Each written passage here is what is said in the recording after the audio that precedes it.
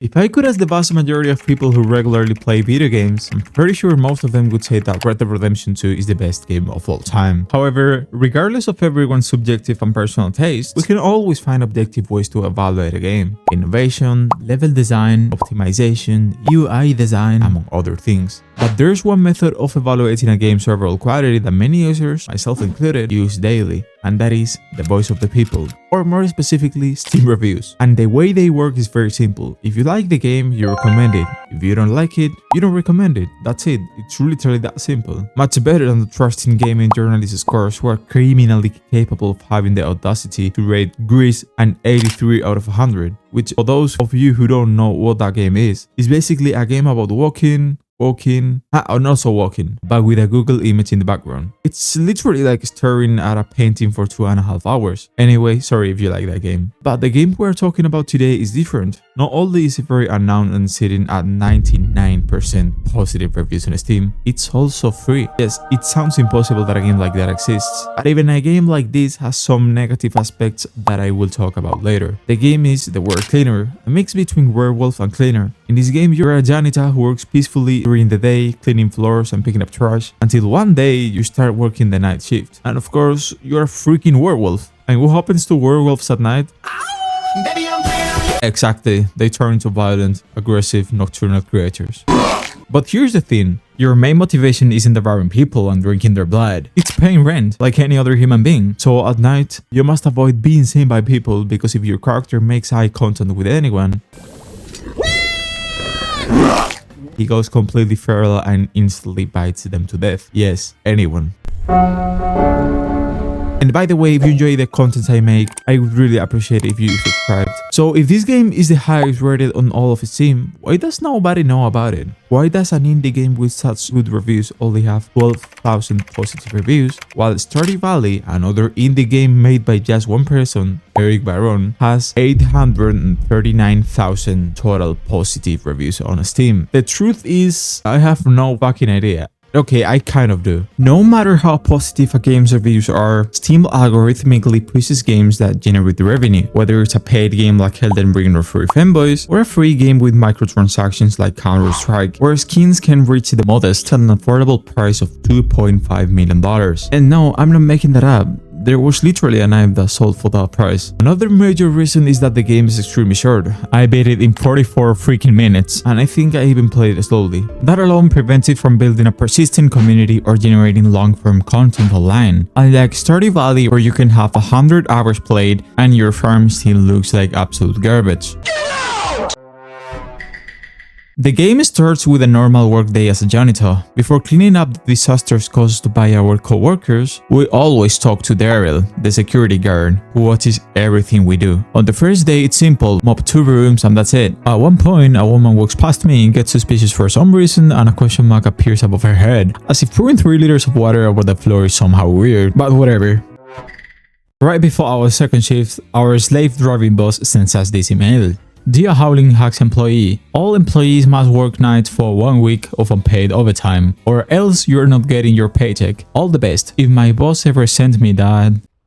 On the second night, the stealth mechanic is introduced. In normal stealth games like Splinter Cell, you try not to get detected so enemies don't attack you. Here it's the opposite. You try not to be seen so you don't attack them. Because if you lock eyes, this happens. To avoid other co-workers noticing these accidental homicides, you have to eat the corpse and clean up the blood, guts, and teeth. But we're used to that by now. We clean the bathroom, which is about as dirty as the average public school bathroom. And that's night 2 done.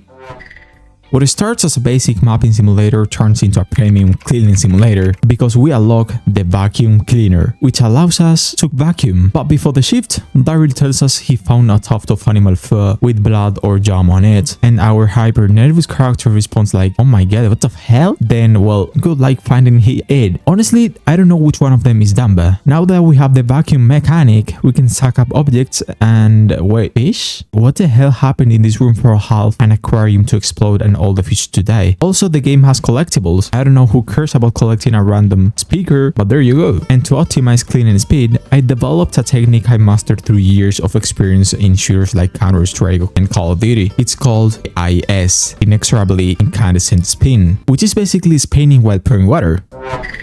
One thing all outstanding games share is progression. Progression makes you feel productive and motivates you to unlock your character's full potential. Terraria is a perfect example. You start almost naked with a sword weaker than a Fortnite pickaxe, and you end up basically becoming a god. In the World Cleaner, progression exists too. On this night, we unlock the ability to throw paper balls to distract coworkers. So we go from Premium Cleaning Simulator to Premium Cleaning Simulator Plus. During the shift, things got messy. I mean, I think it's pretty normal that if someone interrupts me while I'm working and brutally murder and devour them, right?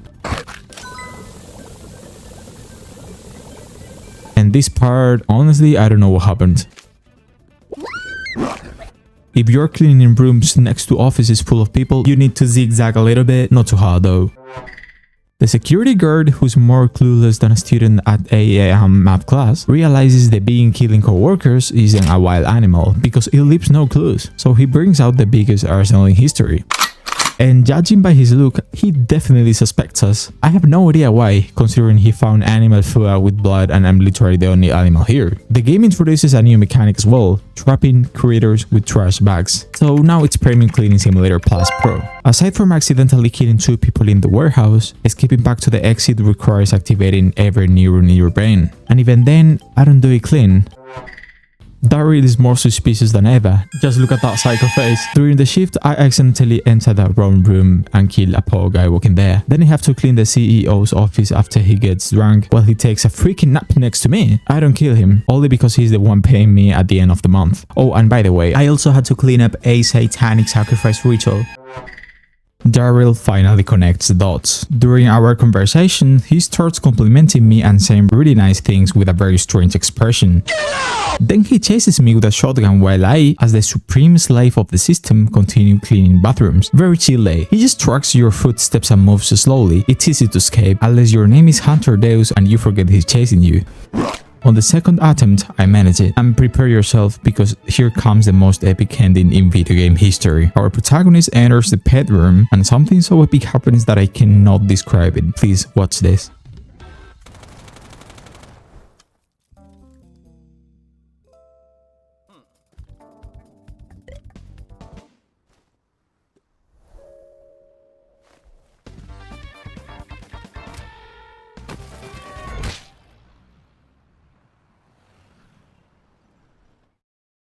So I clean up his remains, go home, receive my paycheck, and the game ends. It is indeed the best game in history. Thanks for watching, and I'll see you in the next video. Goodbye.